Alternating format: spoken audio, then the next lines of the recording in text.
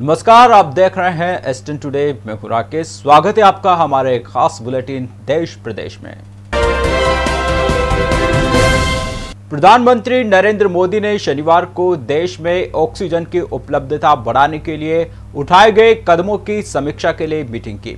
उन्होंने इस पर जोर दिया कि मेडिकल ग्रेड ऑक्सीजन की आपूर्ति बढ़ाने के साथ घर और अस्पतालों में मरीजों की देखभाल के लिए जरूरी उपकरण भी उपलब्ध कराने की तुरंत जरूरत है। उन्होंने सभी मंत्रालयों और डिपार्टमेंट्स को ऑक्सीजन और मेडिकल सप्लाई की उपलब्धता के लिए तालमेल से काम करने पर जोर दिया।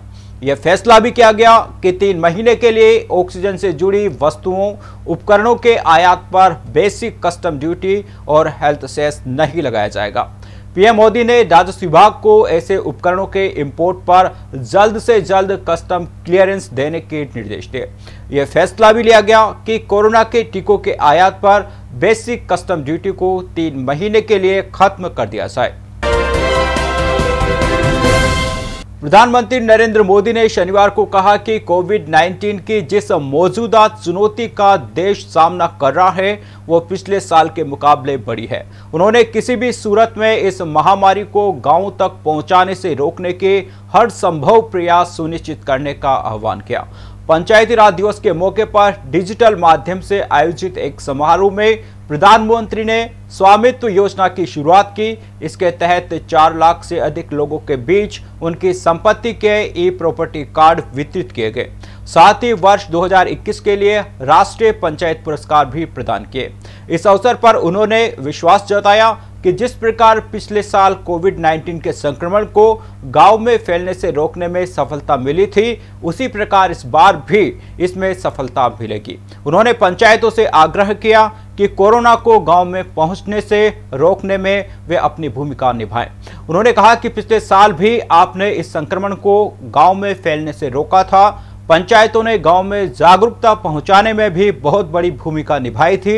इस वर्ष भी हमारे सामने चुनौती गांव तक इस संक्रमण को पहुंचने से रोकने की है। मुझे भरोसा है कि देश और दुनिया को वह राह दिखाएंगे। उन्होंने कहा कि आज की तारीख में पंचायतों का मंत्र दवाई भी और कड़ाई भी का होना चाहिए। इस समारोह में डिजिटल माध्यम से केंद्रीय पंचायती राज मंत्री नरेंद्र सिंह तोमर, 8 राज्यों के मुख्यमंत्री और बड़ी संख्या में स्थानीय निकायों के प्रतिनिधि शामिल हुए। केंद्र सरकार राज्यों को कोरोना की दोनों वैक्सीन बिल्कुल मुफ्त में उपलब्ध कराएगी। हेल्थ मिनिस्ट्री ने शनिवार को बताया कि केंद्र सरकार के लिए कोरोना की दोनों वैक्सीन का रेट 150 रुपए प्रति डोज ही रहेगा।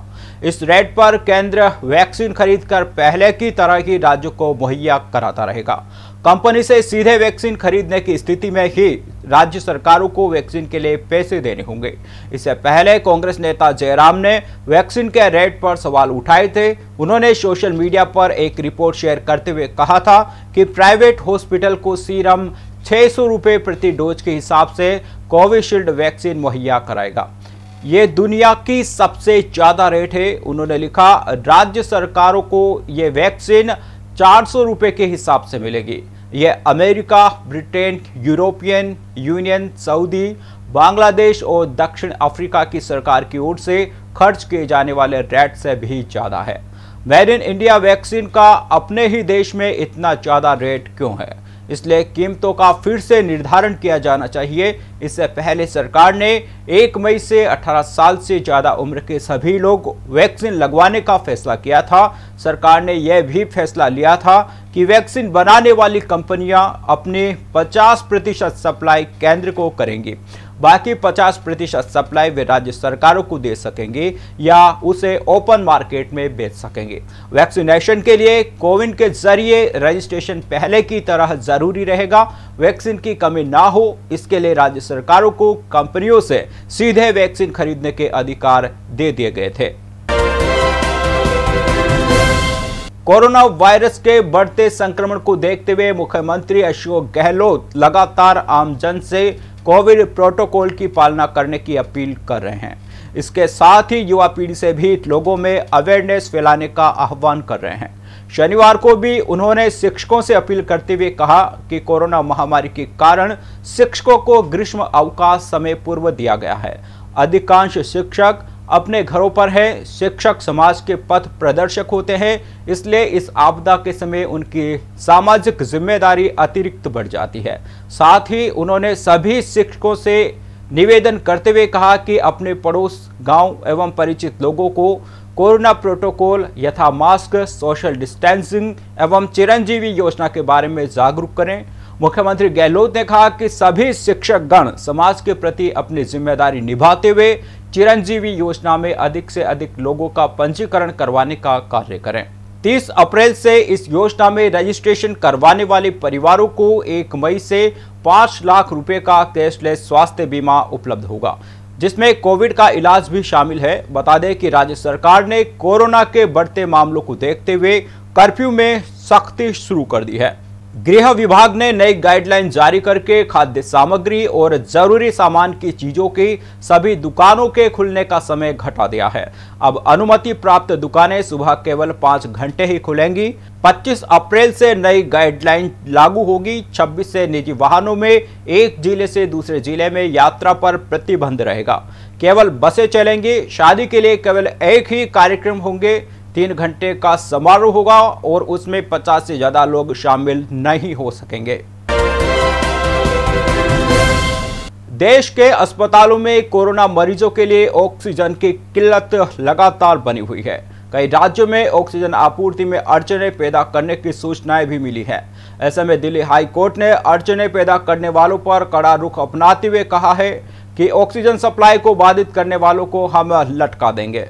दिल्ली उच्च न्यायालय ने शनिवार को कहा कि अगर केंद्र, राज्य या स्थानीय प्रशासन का कोई अधिकारी ऑक्सीजन की आपूर्ति में अड़चन पैदा कर रहा है तो हम उस व्यक्ति को लटका देंगे।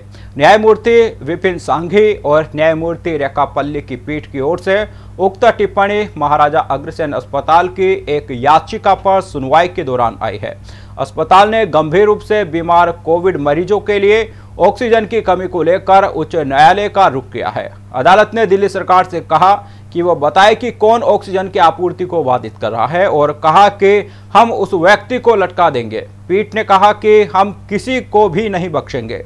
अदालत ने दिल्ली सरकार से कहा कि वे स्थानीय प्रशासन के ऐसे अधिकारियों के बारे में केंद्र को भी बताए ताकि वह उनके खिलाफ कार्रवाई कर सके। तो हमारे खास बुलेटिन देश प्रदेश में फिलहाल इतना ही। S10 टीम की ओर से आप सबको नमस्कार।